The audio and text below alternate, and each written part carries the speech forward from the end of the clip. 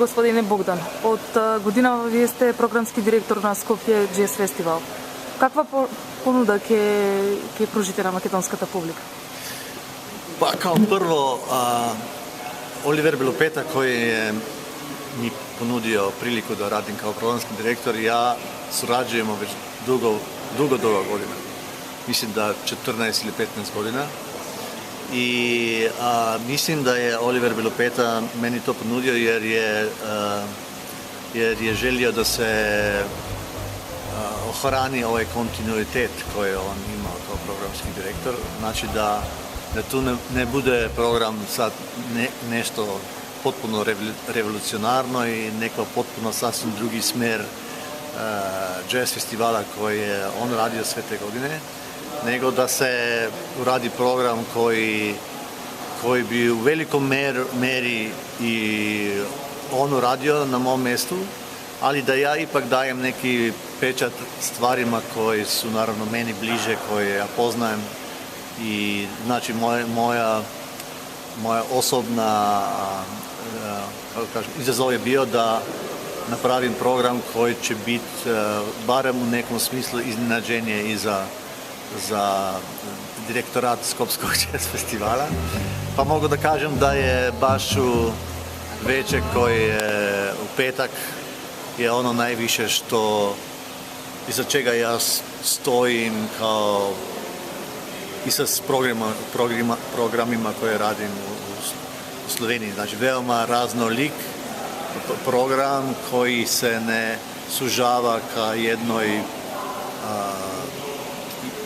jednoj liniji džeza, nego da su tu originalni muzički projekti koji svaki za sebe ima neku svoju priču, veoma originalnu priču kao kompozicija i kao kompozitori i kao izvođači i da to ide prema svim stranama muzike. Znači da ja shvaćam jazz kao najotvoreniju muzičku formu i tako da svi koji su veoma originalni, koji imaju elemente improvizacije i odnosa do jazz tradicije i suvremene muzike, znači to je onim okvirima što ja radim program, a moram da kažem da ono što je za razliku od prijašnjih godina je to da smo ove godine uveli koncert koji je u vreme ručka u nedelju i da je to možda, ako ljudi to tu prihvate, neka forma koja će se dograđivati sljedećih godina, jer moja ideja je bila i uvijek će biti da za vreme festivala grad treba da se poveže i ljudi da se povežu sa festivalom, ne samo preko toga da idu na koncerte, na večer, da se zabavljaju, nego da se druže i sa muzičarima, organizatorima i naravno ima, ako su tu neki drugi koncerti, neke druge forme koncerata u toku festivala, ima više mogućnosti za to. Кои музичари ќе остават печат на овогодинешното издание? Pa ja mogu da kažem da svaki za sebe. Naravno, nikako ne mogu da izdvojim nikoga jer je za mene su muzičari koji su poznati kao neke zvezde, recimo kao Lijane, Elijas ili Jusuna, su potpuno jednako vredni, kako se kaže. Znači, za mene je potpuno svejedno kao programsko vođu da li je neko popularan ili neko je manje popularan. Za mene je muzičar, umetnik koji je u programu ima jednaku vrednost kao svaki drugi i je svaki za sebe da donosi nešto novo iskustvo. I za mene, naravno, i za druge posjetitelje. Tako da je tu možda, ja uvijek svraćam pažnju na neke grupe koje nisu poznate kao Dance u programu, kao Fire Orchestra i tako dalje, a naravno da onda ljudi odlučuju šta će da vide. Ali mislim da je jedan program tako sastavljen da u svakom danu ima barem nešto za svakog. Вие сте били програмски директор на Љубљанскиот джез фестивал. Још сум. Уште сте така. Да. Може да направите една споредба каков е односот на публиката на народот кон джез музиката во Љубљана и во Скопје? Има ли разлика?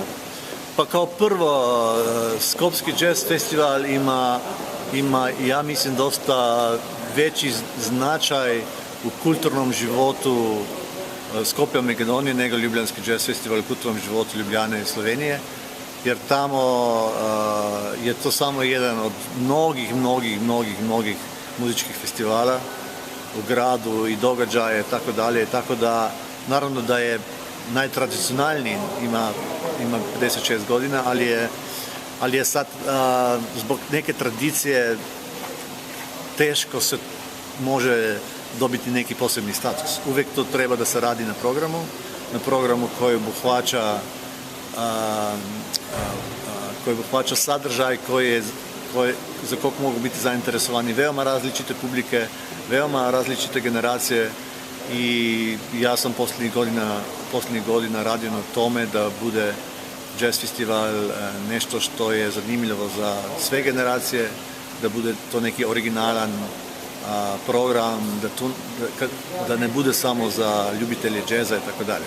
Jer ja mislim kad se radi muzički festival, to treba da bude zanimljivo za sve ljude koji vole muziku, ne samo za one koji vole neku vrstu muzike. Така, освен на Скопскиот и Љубљанскиот джез фестивал, кои се други проекти на кои што моментално сте ангажирани? Pa ja radim program preko cijele godine u Cankarovom domu u Ljubljani, gdje sam zaposlen kao vođa muzičkog programa, znači ne klasične muzike i opere i baleta, nego sve ostale. I tu su projekti koji su svaki utorak, koncerti, World Music Series i tako dalje, ima oko 50 koncerata preko godine. I Cankarov dom je organizator jazz festivala, znači na kraju sezone se radi jazz festival. A od 1993. godine radim i međunarodni festival Druga godba, koji je nešto slično kao off-festuma u Skopju. Сте имали до сега можност за соработка со некој македонски музичар? Pa ove godine smo radili zajedno projekt Druga godba i off-fest sa Foltin i pozvali smo neke goste iz Slovenije, iz Nizozemske, iz Holandije i napravili zajednički projekt koji je išao u Ljubljani, Skopju i u Holandiji. Tako to je bila veoma lepa saradnja, a i prije smo surađivali, došli su neki slovenski muzičari ovdje i makedonski u Sloveniji. Ali to je najsvježija produkcija bila baš ove godine sa Foltin. Кои се вашите очекувања за годинешниот джез фестивал во Скопје? Pa ja se nadam da će biti posjeta takva kao što je tradicionalno dobra, da bude dobra atmosfera, jer to je veoma važno za kvalitetu koncerata, jer dobar program ne znači da će biti dobar festival. Dobar festival urade muzičari i posjetioci. Znači, nema dobrog festivala bez posjetitelja i nadam se da će biti nekih dobrih iznenađenja